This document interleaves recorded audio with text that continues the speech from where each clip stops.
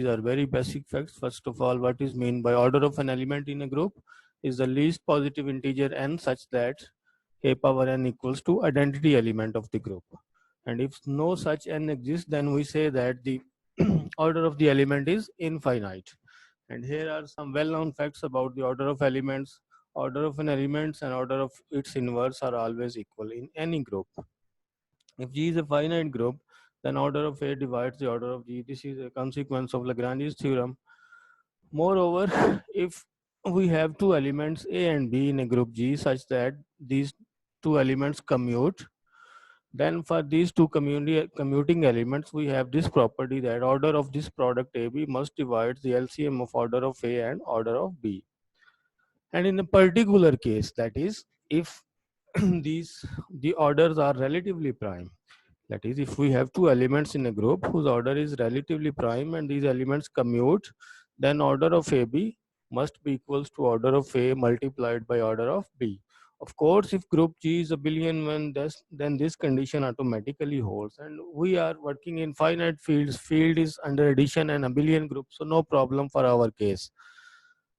So these are very basic facts. You can recall them from your basic lessons or any basic book. So now we talk about another basic definition. What is cyclic group?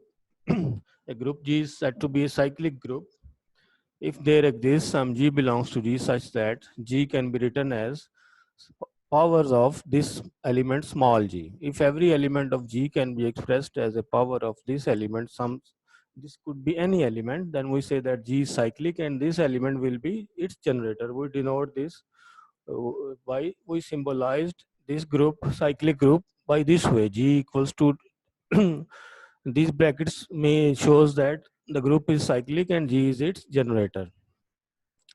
If G is a finite cyclic group of order n, then we can write G as n powers of the element G. In finite cyclic group, these elements will be automatically stops at some stage, and that element will be order of small g, and we write it in this way. But in infinite cyclic group, these powers will not be stopped. This will be infinite. We will continue with all negative and positive powers.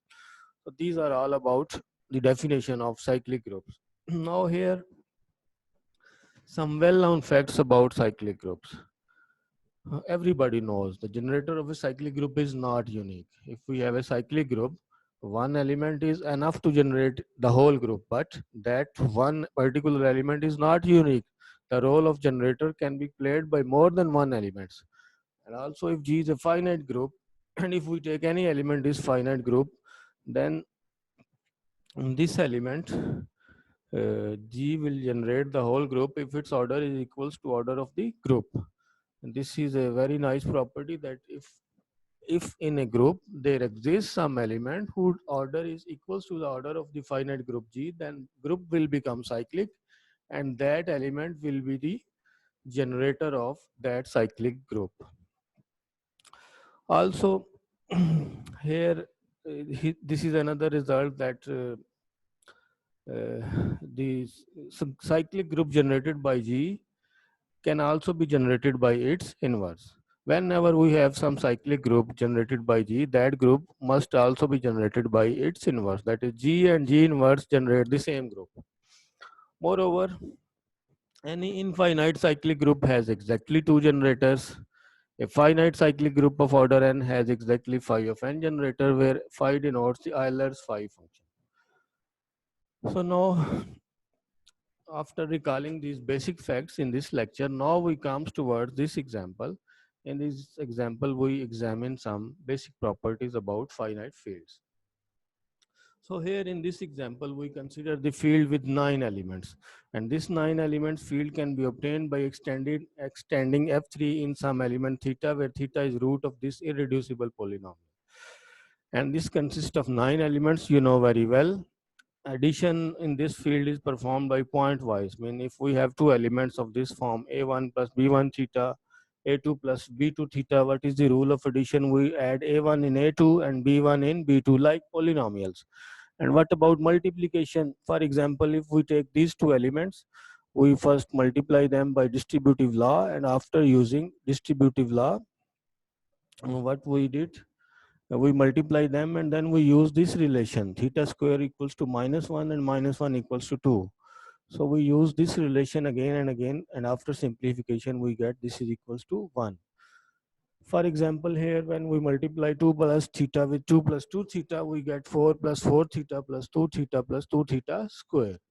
And after using that relation, this 4 will become 1. 4 theta plus 2 theta is 6 theta, and theta square is -1. So we get -1 plus 0, and -1 becomes true.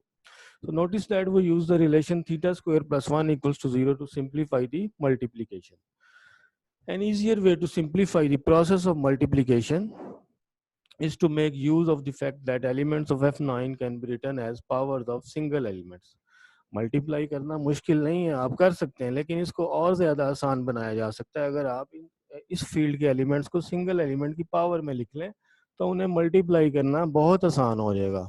For example, और वो element उसको multiply एक elements के की powers में लिखने के लिए हमें क्या करना होगा, हमें ऐसा एलिमेंट ढूंढना होगा इस फील्ड में जिसका ऑर्डर नॉन जीरो एलिमेंट्स का जो ऑर्डर है उसके बराबर होना चाहिए। फॉर एग्जांपल, ये फील्ड है 9 एलिमेंट्स का, इसमें नॉन जीरो एलिमेंट्स की तादाद है 8। तो हमें ऐसे एलिमेंट की तलाश है जिसकी सारी पावर से ये ग्रुप कवर हो जाए। तो क्या करेंगे, इसका प्रोसेस क्या होगा, और ये पॉसिबल है क्योंकि ये इसके नॉन जीरो एलिमेंट्स का ग्रुप साइक्लिक होता है, जो हम इसी लेक्चर में एंड पे प्रूफ भी करेंगे।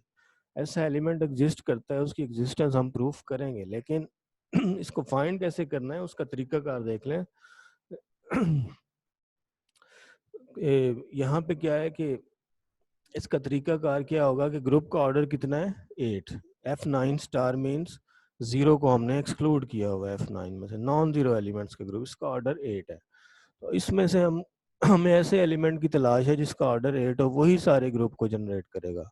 क्योंकि साइक्लिक ग्रुप की यही हमने प्रॉपर्टी पढ़ी थी पीछे बेसिक में कि अगर ग्रुप में ऐसा एलिमेंट मिल जाए जिसका ऑर्डर ग्रुप के ऑर्डर के बराबर हो जाए तो वही उसका जनरेटर होगा। इस ग्रुप का ऑर्डर 8 है। कौन सा ग्रुप, नॉन जीरो एलिमेंट्स का ग्रुप, और इसका एक्स का ऑर्डर जो होगा वो 8 होगा, तो तब वो एलिमेंट ये काम करेगा। अब वो एलिमेंट हमने कैसे ढूंढना है, हम क्या करेंगे, एक एलिमेंट लेते हैं F9 स्टार में, तो इसका ऑर्डर ग्रुप के ऑर्डर को डिवाइड करेगा बाय लैग्रांज थ्योरम। इसका मतलब है इसका ऑर्डर या 1 होगा या 2 या 4 या 8। तो क्या नतीजा निकला, F9 स्टार में कोई भी एलिमेंट लें, इट्स ऑर्डर विल बी 1 2 4 और 8, इनमें से कोई होगा और कोई नहीं होगा।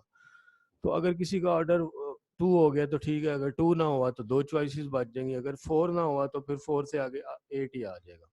तो हम कैसे ढूंढेंगे, हम ऑर्डर 8 का एलिमेंट कैसे ढूंढेंगे, हम एक एक करके चलते हैं। पहले 1 का ऑर्डर देखें, वो 1 आ जाएगा क्योंकि ये आइडेंटिटी एलिमेंट है। What about 2, order of 2 equals to 2 because 2 power 1 is 2, 2 power 2 is 4, 4 will be equals to 1, तो 2 का ऑर्डर तो 2 आ गया। तो अभी आगे बढ़ते हैं, थीटा का ऑर्डर अगर फाइंड करें वो 4 आएगा। क्यों, theta power 1 is theta, theta square is -1, दोनों तरफ आप थीटा स्क्वायर से मल्टीप्लाई करें, थीटा क्यूब इक्वल्स टू ये क्या आ जाएगा 2 थीटा, और जब आप थीटा 4 लेंगे तो 2 थीटा स्क्वायर 1 आ जाएगा। आप डायरेक्ट थीटा स्क्वायर से भी थीटा 4 पे आ सकते थे, लेकिन अगर थीटा क्यूब पे जाना तो दोनों तरफ थीटा से मल्टीप्लाई करेंगे।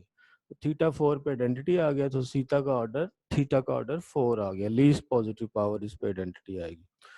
अब आगे बढ़ते हैं, order of 1 plus theta, 1 plus theta का ऑर्डर 8 आएगा। क्यों, इसकी पावर 1 लेंगे, 2 लेंगे, 3 लेंगे, 4 तक जाएंगे, आंसर आइडेंटिटी नहीं आया। ये इजीली आप देख सकते हैं। अब अगर 4 पे आइडेंटिटी नहीं आया तो इसका मतलब है फिर ऑर्डर अगर 4 नहीं है तो 8 होगा, क्योंकि ऊपर हमने कहा है अगर ऑर्डर 4 नहीं होगा तो फिर 8 होगा, 4 से आगे 8 आता है, बाकी पावर्स देखने की जरूरत नहीं है। सिमिलरली हम बाकी एलिमेंट्स का ऑर्डर भी फाइंड कर सकते हैं।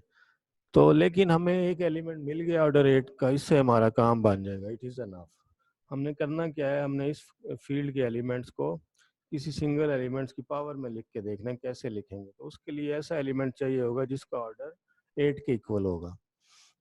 तो उस एलिमेंट का नाम हम अल्फा रख लेते हैं, let's say 1 plus theta equals to alpha. तो फिर हम क्या करेंगे, alpha equals to this alpha square will be 2 theta. जब आप इसका स्क्वायर लेंगे और अपनी रिलेशन यूज करेंगे, ये वाली relation 1 plus theta square equals to 0, बार बार जहाँ पे भी जरूरत पड़े तो ये आ जाएगा। अब यहाँ पे आपके पास फ्रीडम है, आप जिस मर्जी तरीके से कैलकुलेशन करें, कोई यूनिक वे नहीं है। आप सिंपली आपने जस्ट पावर्स कंप्यूट करनी है। आप देखें, अल्फा स्क्वायर लेंगे, इसका स्क्वायर ओपन करेंगे कुछ चीज़ें ख़त्म हो जाएंगी सिंप्लीफाई करके, 2 थीटा आ जाएगा।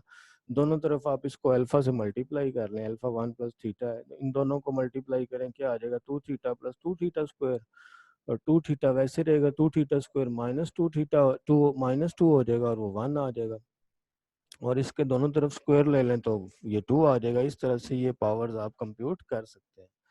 इसी तरह अगर अल्फा 4 और 2 को मल्टीप्लाई करें तो ये 4 थीटा आ जाएगा और वो थीटा रह जाएगा। तो ये सारी पावर्स इसके 8 के 8 एलिमेंट कवर हो जाएंगे। अब इस रिलेशन में लेफ्ट साइड पे देखें पावर्स की फॉर्म में एलिमेंट लिखे हुए हैं, राइट साइड पे एडिशन की फॉर्म में, पोलिनोमियल एक्सप्रेशन की फॉर्म में। आपकी मर्जी है आप इस फॉर्म में यूज करें या इस फॉर्म में। राइट साइड वाली फॉर्म में अगर एलिमेंट लिखे हो तो उन्हें ऐड करना बड़ा आसान होता है, और अगर मल्टीप्लाई करना थोड़ा सा मुश्किल होता है। अगर लेफ्ट साइड वाली फॉर्म में एलिमेंट्स लिखे हो तो इन्हें मल्टीप्लाई करना बहुत आसान होता है, लेकिन ऐड करना थोड़ा सा मुश्किल होता है। लेकिन आप उस रिलेशन को यूज करके, जो भी डिफाइनिंग रिलेशन है, आप आसानी से कंप्यूट या ट्रांसफर कर सकते हैं। तो ये कुछ ऑब्जर्वेशन हमने की थी। अब आते हैं अपने असल मेन टॉपिक की तरफ, जो इस लेक्चर में हमने जिसकी बात करनी है। पहली बात आ गई प्रिमिटिव एलिमेंट क्या होता है फील्ड के अंदर। An element x in a finite field fq, of course q prime की पावर होगा is understood. An element x in a finite field fq is called a primitive element of fq if fq can be written in this way: all the elements except 0 can be written as some power of a single element. तो ऐसा element अगर group में इसमें field में मौजूद हो कि 0 को छोड़ के बाकी सबको उसकी पावर में लिखा जा सके, तो फिर हम उस इस एलिमेंट को, ऐसे एलिमेंट x को हम कहेंगे ये प्रिमिटिव एलिमेंट है। इन अदर वर्ड्स, जो इस नॉन जीरो जीरो को छोड़ के जो एफ क्यू स्टार है इसका जो जनरेटर होगा उसको हम प्रिमिटिव एलिमेंट का नाम देते हैं। प्रिमिटिव एलिमेंट क्या होता है? फाइनाइट फील्ड में से जीरो निकाल के बाकी जो ग्रुप बनता है उसका जो जनरेटर होता है उसको हम प्रिमिटिव एलिमेंट बोलते हैं। फॉर एग्जाम्पल अभी जो प्रीवियस एग्जाम्पल हमने आपने की है, इसमें देखें, इसमें सबको आपने अल्फा की पावर में लिख लिया, तो ये अल्फा इस फील्ड का प्रिमिटिव एलिमेंट है। और प्रिमिटिव एलिमेंट यूनिक नहीं है, आप और भी एलिमेंट ऐसे ढूंढ सकते थे पिछली एग्जाम्पल में, जैसे 2 plus theta, 1 plus 2 theta, 2 plus 2 theta, इन ये भी प्रिमिटिव एलिमेंट का काम करेंगे। प्रिमिटिव एलिमेंट यूनिक नहीं होता। प्रीवियस एग्जाम्पल में हमने सिर्फ एक एलिमेंट हमें चाहिए था, हमने ले लिया, लेकिन अगर आप आगे बढ़ते तो आपको ऐसे और भी एलिमेंट मिलने थे जिनका ऑर्डर 8 होना था। उन्होंने पूरे फील्ड को, सारे एलिमेंट्स को जनरेट कर देना था। तो प्रिमिटिव एलिमेंट यूनिक नहीं होता। The primitive element is not unique. By similar computations of powers as we did in previous example, we can prove that 2 plus theta, 1 plus 2 theta, 2 plus 2 theta are also primitive elements. और from the basic results, we know that अगर x किसी group को generate करे तो उसका inverse भी करता है, इसलिए अगर x प्रिमिटिव एलिमेंट होगा तो x का इन्वर्स भी प्रिमिटिव एलिमेंट होगा। इसका मतलब है प्रिमिटिव एलिमेंट्स इस तरह पेयर्स में आएंगे। आगे चलते हैं। अब हम बात करेंगे कि क्या क्या गारंटी है कि ऐसा एलिमेंट लाजमी एग्जिस्ट करेगा। एग्जाम्पल की मदद से कोई चीज़ प्रूफ नहीं हो सकती। हम अगर हज़ारों एग्जाम्पल भी ले लें फिर भी उसमें गैप रह जाएगी, तो हमें इन जनरल इसका आर्गूमेंट देना होगा कि फाइनाइट फील्ड में फील्ड का ऑर्डर जो मर्जी ले लें उसके अंदर प्रीमिटिव एलिमेंट लाजमी एग्जिस्ट करेंगे। इसका थोड़ा टेक्निकल प्रूफ है और आप ज़रा ध्यान से समझ लें इसकी क्या स्टेटमेंट है। फिलहाल हम सिर्फ एग्जिस्टेंस प्रूफ करेंगे। हम प्रूफ करेंगे every finite field has at least one primitive element, that is the non-zero elements of a finite field form a cyclic group under multiplication। ये हमने प्रूफ करना है। हमने प्रूफ करना है कोई भी फाइनाइट फील्ड ले लें जिस मर्जी ऑर्डर का, उसमें कम से कम एक प्रिमिटिव एलिमेंट जरूर मिलेगा। प्रिमिटिव एलिमेंट क्या होता है? ऐसा नॉन जीरो एलिमेंट जो कि इसका नॉन जीरो ग्रुप फील्ड का क्या उसे कहते हैं, जनरेटर हो जाए। अब हम आगे चलते हैं। आगे हम क्या करेंगे कि इसके प्रूफ की तरफ चलते हैं। हम एक फील्ड लेते हैं, let F Q be a finite field, और हमने प्रूफ ये करना है कि इसके नॉन जीरो एलिमेंट्स का जो सेट है वो साइक्लिक ग्रुप बनाता है, और वो जो जनरेटर होगा वही प्रिमिटिव एलिमेंट होगा। हमने प्रिमिटिव एलिमेंट्स की एग्जिस्टेंस शो करनी है, इसमें कम से कम एक प्रिमिटिव एलिमेंट जरूर एग्जिस्ट करेगा। तो हम इन जनरल क्या करते हैं, हम ले लेते हैं let F Q be a finite field. Then F Q star, इसका जो ऑर्डर होगा वो क्यू माइनस वन होगा, ये वेल नोन बात है। और हम सपोज कर लेते हैं इसमें अगर क्यू माइनस वन एलिमेंट्स हैं तो वो सारे डिफरेंट एलिमेंट हम एक सेट में लिख लेते हैं। फर्ज करें वो ये एलिमेंट ये है x1 x2 x3 up until x power x सब टू q माइनस वन। ये हम सपोज कर लेते हैं कि ये सारे इसके डिस्टिंक्ट एलिमेंट्स हैं। और एक इसके बाद फर्दर हम सपोज कर लेते हैं कि ये जितने भी एलिमेंट्स हैं इसके अंदर x1 x2 इनका ऑर्डर लिखते हैं और इन सब के ऑर्डर का एलसीएम ले लेते हैं। इसमें जितने भी एलिमेंट्स हैं हम उन सब का ऑर्डर लेते हैं, ऑर्डर कोई पॉजिटिव इंटीजर होगा और इस ऑर्डर का फिर हम क्या करेंगे, एलसीएम ले लेंगे। एलसीएम भी कोई ना कोई इंटीजर आ जाएगा। अगर आपको एलसीएम की डेफिनेशन पता है तो it's clear, where m equals to p1 power k1 p2 power k2 until so on pn power kn। हम क्या करेंगे इस प्रूफ में, हम m की फैक्टराइजेशन कर लेंगे डिस्टिंक्ट प्राइम पावर्स में। Is factorization of m into distinct prime powers. अब आगे चलते हैं और इसमें इसको समझने की कोशिश करते हैं कि हमने क्या किया है, एक फाइनाइट फील्ड लिया है, उसमें से ज़ीरो को निकाल दें, बाकी एलिमेंट्स को हम x1 x2 x3 until x Q minus one से डिनोट कर देते हैं। और इन सब का ऑर्डर, इन सब का जो भी ऑर्डर है उसका कोई ना कोई एलसीएम होगा, उस एलसीएम को हम m से डिनोट कर देते हैं और m की हम प्राइम फैक्टराइजेशन कर लेते हैं। इस प्राइम फैक्टराइजेशन में p1 p2 ये सारी जो चीज़ें हैं ये सारे डिस्टिंक्ट प्राइम्स हैं, लेकिन इनमें कोई भी प्राइम सेम नहीं है। अब आगे चलते हैं। अब हम एलसीएम की एक प्रॉपर्टी यूज़ करते हैं। आपको याद होगा जब आप इंटीजर्स का एलसीएम फाइंड करते हैं प्राइम फैक्टराइजेशन से, तो जो एलसीएम के अंदर प्राइम पावर आ रही होती हैं वो मैक्सिमम होती हैं तमाम की प्राइम पावर से। एंड पे मैं एग्जांपल से भी एक्सप्लेन करूंगा। जो एलसीएम के अंदर जो प्राइम पावर आ रही होती हैं वो मैक्सिमम होती हैं। इन सब में जो भी बड़ी प्राइम पावर होती है वो इधर आ जाती है, तो एलसीएम निकल आता है। जब आप फैक्टराइजेशन करके एलसीएम निकालते हैं नंबर थ्योरी में और छोटी क्लास में भी पढ़ा होगा, एलसीएम निकालते हुए आप प्राइम फैक्टराइजेशन सब करेंगे इन सब की, और इन सब की प्राइम फैक्टराइजेशन करने के बाद जो बड़ी सबसे मैक्सिमम पावर होगी वो इधर आ जाएगी। k1 जो है वो भी मैक्सिमम होगी, ये सारी मैक्सिमम पावर। तो इसी प्रॉपर्टी को हम यूज़ करते हैं। हम बात करेंगे कि कोई भी अगर ये पावर k1 है तो ये k1 इनमें से किसी एक की के अंदर तो आ रही होगी ना, क्योंकि ये मैक्सिमम है। किसी एक के अंदर तो p1 मैक्सिमम आ रहा होगा, तो इसका मतलब है इसी तरह जो p2 पावर k2 है ये मैक्सिमम प्राइम पावर है इन सब के अंदर जो कॉमन है, तो किसी एक के अंदर तो ये मैक्सिमम आ रही होगी। तो हमने ये नतीजा निकाला कि फॉर ईच आई, किसी भी आई के लिए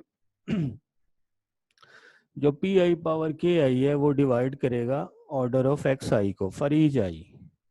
यानी कोई भी इसमें से आई बेशक 1 ले लें 2 ले लें अंटिल n ले लें, तो ये जो आई होगा ये पी आई पावर के आई ये किसी न किसी का के इधर डिवाइड जरूर करेगा। ये किसी न किसी की फैक्टराइजेशन में जरूर आ रहा होगा। डिवाइजर का मतलब फैक्टर होता है, क्योंकि ये मैक्सिमम पावर है, ये किसी न किसी की फैक्टराइजेशन में जरूर आ रहा होगा। तो इसका मतलब है for each i p i power के i divides order of x i and it will be किसी ना किसी में ये आई कोई ना कोई हो सकता है, हमें नहीं पता कौन सा है, लेकिन ये किसी भी आई के लिए कोई भी अगर आई ले लें जैसे पी, ये हर आई के लिए बात ट्रू होगी। तो for each i from 1 to n there exist x i उसमें मौजूद होगा such that p i power के आई इसका फैक्टर होगा। तो ये इसका फैक्टर है। यहाँ पे एक बेसिक रिजल्ट यूज करेंगे कि एक्स का ऑर्डर, क्योंकि ये जो पी आई पावर के आई है ये एक्स आई के ऑर्डर को डिवाइड करता है, तो इस ऑर्डर को जब इस नंबर से डिवाइड करेंगे तो इस एलिमेंट का ऑर्डर इसके बराबर हो जाएगा। ये ग्रुप थ्योरी में एक एक्सरसाइज भी है कि अगर एक्स का ऑर्डर फर्ज करें n हो और d उसका कोई डिवाइजर हो तो x power n over d का ऑर्डर d होता है। ये ग्रुप थ्योरी में छोटी एक्सरसाइज है। फर्ज करें x का ऑर्डर अगर n होता और ये d कोई उसका डिवाइजर है, तो डिवाइड करने के बाद जो एलिमेंट आएगा उसका ऑर्डर ये d होता है। तो इसलिए हमने क्या किया, एक्स आई का जो भी ऑर्डर है उसको इस पी आई पावर के आई से डिवाइड किया और इस पूरे एलिमेंट का ऑर्डर अब क्या आ गया, पी आई पावर के आई। अब देखें ये जो order of x I power order of x I over P i power के आई, ये जो एलिमेंट है ये फील्ड का एलिमेंट है बाई क्लोजर प्रॉपर्टी, क्योंकि एक्स आई इसमें है तो एक्स आई की कोई भी पावर लेंगे वो भी इसमें आएगी और इसका ऑर्डर इतना आ जाएगा, और ये हर आई के लिए ट्रू है। तो यहाँ से ये नतीजा निकला कि कोई भी आई ले लें फील्ड में एफ क्यू स्टार जो ग्रुप है इसका, इसमें ऐसा एलिमेंट लाजमी एग्जिस्ट करेगा जिसका ऑर्डर पी आई पावर के आई होगा। We conclude that for each i from 1 to n there exist some element, उसका नाम कोई बीटा आई रख लेते हैं क्योंकि हर आई के लिए ऐसा एलिमेंट एग्जिस्ट करेगा सच दैट उसका ऑर्डर पी आई पावर के आई होगा। आई आर्बिट्रेरी था, आप कोई भी आई ले लें आपको ऐसा एलिमेंट मिल जाएगा। ऑफ कोर्स वो जरा कॉम्प्लिकेटेड फॉर्म में नजर आ रहा है लेकिन है वो इसी का एलिमेंट, और वो एलिमेंट मिल जाएगा, उसका ऑर्डर क्या होगा पी आई पावर के आई। तो फिर इसका मतलब है कोई एलिमेंट बीटा वन होगा उसका ऑर्डर होगा पी वन पावर के वन, कोई बीटा टू होगा उसका ऑर्डर होगा पी टू पावर के टू एंड सो ऑन। तो सबके लिए ऐसा एलिमेंट हमें मिलेगा। अब हम क्या करेंगे, ये सारे जो beta one beta two beta N सबको अगर मल्टीप्लाई करें तो उनका ऑर्डर क्या होगा इस प्रोडक्ट के इक्वल आ जाएगा, क्योंकि ये जो ऑर्डर्स हैं ये सारे रिलेटिवली प्राइम है। यहाँ हमने वो बेसिक रिजल्ट पढ़ा है जो शुरू में पहली दूसरी स्लाइड में आपने देखा था कि अगर ऑर्डर रिलेटिवली प्राइम हो तो प्रोडक्ट का ऑर्डर किसके इक्वल होता है, ऑर्डर्स के प्रोडक्ट के, और ये फिर एम आ जाएगा। और ये बाई क्लोजर प्रॉपर्टी ये एलिमेंट को हम बीटा से डिनोट कर लें तो नतीजा ये निकला कि एफ क्यू स्टार में ऐसा एलिमेंट एग्जिस्ट कर गया जिसका ऑर्डर एम है। अभी प्रूफ कंप्लीट नहीं हुआ। दोबारा देखें, हमने एलसीएम की प्रॉपर्टी यूज की, मैक्सिमम वाली प्रॉपर्टी, उससे पता चला कि हर आई के लिए बी वन के लिए, आई वन के लिए, टू के लिए, थ्री के लिए, इन सब के लिए जो पी आई पावर की आई है वो इनमें किसी न किसी की फैक्टराइजेशन में जरूर अपीयर हो रहा होगा। इसका मतलब है P i power k I divides order of x आई। इसका मतलब है एक्स आई का जो भी ऑर्डर है उसको अगर इस नंबर से डिवाइड करें तो इस नए नंबर का ऑर्डर पी आई पावर के आई होगा, और ये भी इसका एलिमेंट है। नतीजा ये निकला कि फील्ड के अंदर हर आई के लिए ऐसा एलिमेंट मौजूद है जिसका ऑर्डर पी आई पावर के आई, यानी एक एलिमेंट ऐसा होगा जिसका ऑर्डर पी वन पावर के वन होगा, एक एलिमेंट ऐसा होगा जिसका ऑर्डर पी टू पावर के टू होगा, किसी का पी थ्री पावर के थ्री होगा एंड सो ऑन। तो उनको हम बीटा वन से बीटा टू बीटा थ्री इनसे डिनोट कर लेते हैं और इन सब का प्रोडक्ट ले लेते हैं। इस प्रोडक्ट का ऑर्डर क्या आ जाएगा, इनके प्रोडक्ट के वो आ जाएगा एम, और बीट इस एलिमेंट को हम बीटा कह देते हैं। तो नतीजा ये निकला कि एफ क्यू स्टार में हमने एक एलिमेंट ढूंढ लिया जिसका ऑर्डर क्या है, एम है। अब लैग्रांज थ्योरम यूज करते हैं। अब प्रूफ ज्यादा दूर दूर नहीं है, ये जो बीटा हमने फाइंड किया है हमने ये प्रूफ किया है कि एफ क्यू स्टार में एक ऐसा एलिमेंट जरूर एग्जिस्ट करेगा जिसका ऑर्डर एम है। स्मॉल एम क्या चीज थी, एलसीएम है इन सब के ऑर्डर का। तो इन इस एलसीएम वाले ऑर्डर का हमें एलिमेंट मिल गया है। तो भाई लैग्रांज थ्योरम ये जो एम है ये ग्रुप के ऑर्डर को तो डिवाइड करेगा क्योंकि ये एलिमेंट का ऑर्डर है। एक बात तो ये नोट करें, अब इस बात की हमें जरूरत पड़ेगी। और दूसरी बात ये है कि ये जितने भी एलिमेंट्स हैं x1 x2 इन सब का ऑर्डर, क्योंकि ये m इनका एलसीएम है तो ये सारे इस एलसीएम को डिवाइड करेंगे। एलसीएम मल्टीपल होता है तो इसका मतलब ये हुआ कि ये इसको डिवाइड करेगा ऑर्डर इसका। इसका मतलब है एक्स आई की पावर अगर m लेंगे तो वो आइडेंटिटी आएगा फॉर ईच आई। ठीक होगी बात, जितने भी ऑर्डर ऑफ एक्स आई हैं वो एलसीएम को डिवाइड करेंगे क्योंकि एलसीएम उन सब के ऑर्डर्स का मल्टीपल है, मल्टीपल डिविजिबल होता है। तो इसका मतलब है भाई बेसिक प्रॉपर्टी अगर ये m को डिवाइड करता है और इसका ऑर्डर तो फिर एक्स आई की ये पावर लेने से आइडेंटिटी आ जाएगा। इसका मतलब है कि एफ क्यू स्टार में जितने भी एलिमेंट्स हैं वो इस m डिग्री की पोलिनोमियल के रूट हैं। इधर चलें वेरिएबल कोई और भी आप ले सकते थे। तो अब इसका मतलब, और रूट्स की तादाद डिग्री से ज़्यादा तो नहीं हो सकती, ये q minus one elements roots हैं, ये सारे ही रूट्स हैं, और इसका मतलब है इन रूट्स की तादाद इस डिग्री से लेसर इक्वल होगी। तो अब m इसका डिवाइजर है और इससे पता चला m इससे लेसर इक्वल है और यहाँ से ग्रेटर इक्वल है तो ये इक्वल हो गया। तो पता चला बीटा का ऑर्डर जो है वो q माइनस वन यानी ग्रुप के ऑर्डर के इक्वल हो गया। ये इसका जनरेटर बन गया और इसको हम कहेंगे कि ये इसका प्रिमिटिव एलिमेंट है।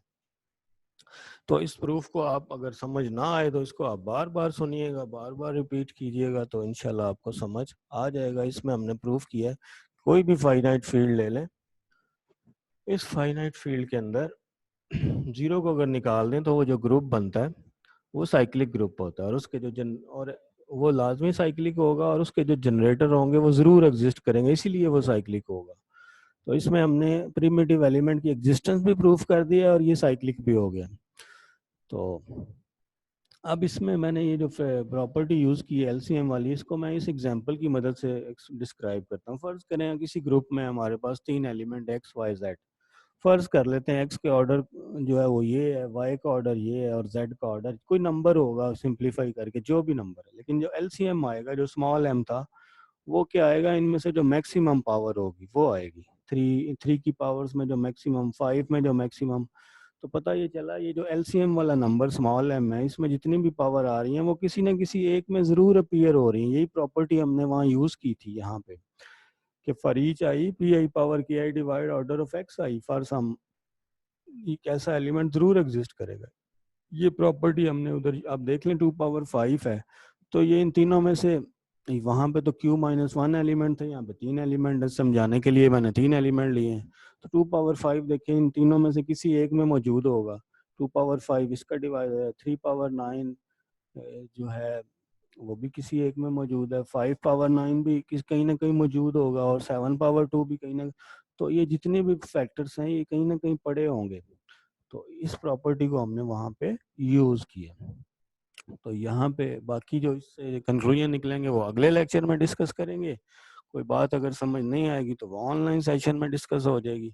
ये रेफरेंसेस है मेन जो हम बार बार यूज कर रहे हैं।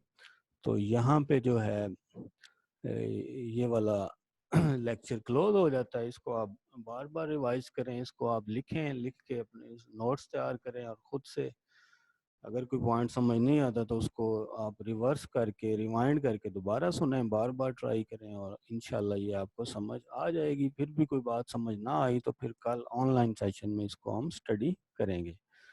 तो thank you very much for your patience. अल्लाह हाफिज़।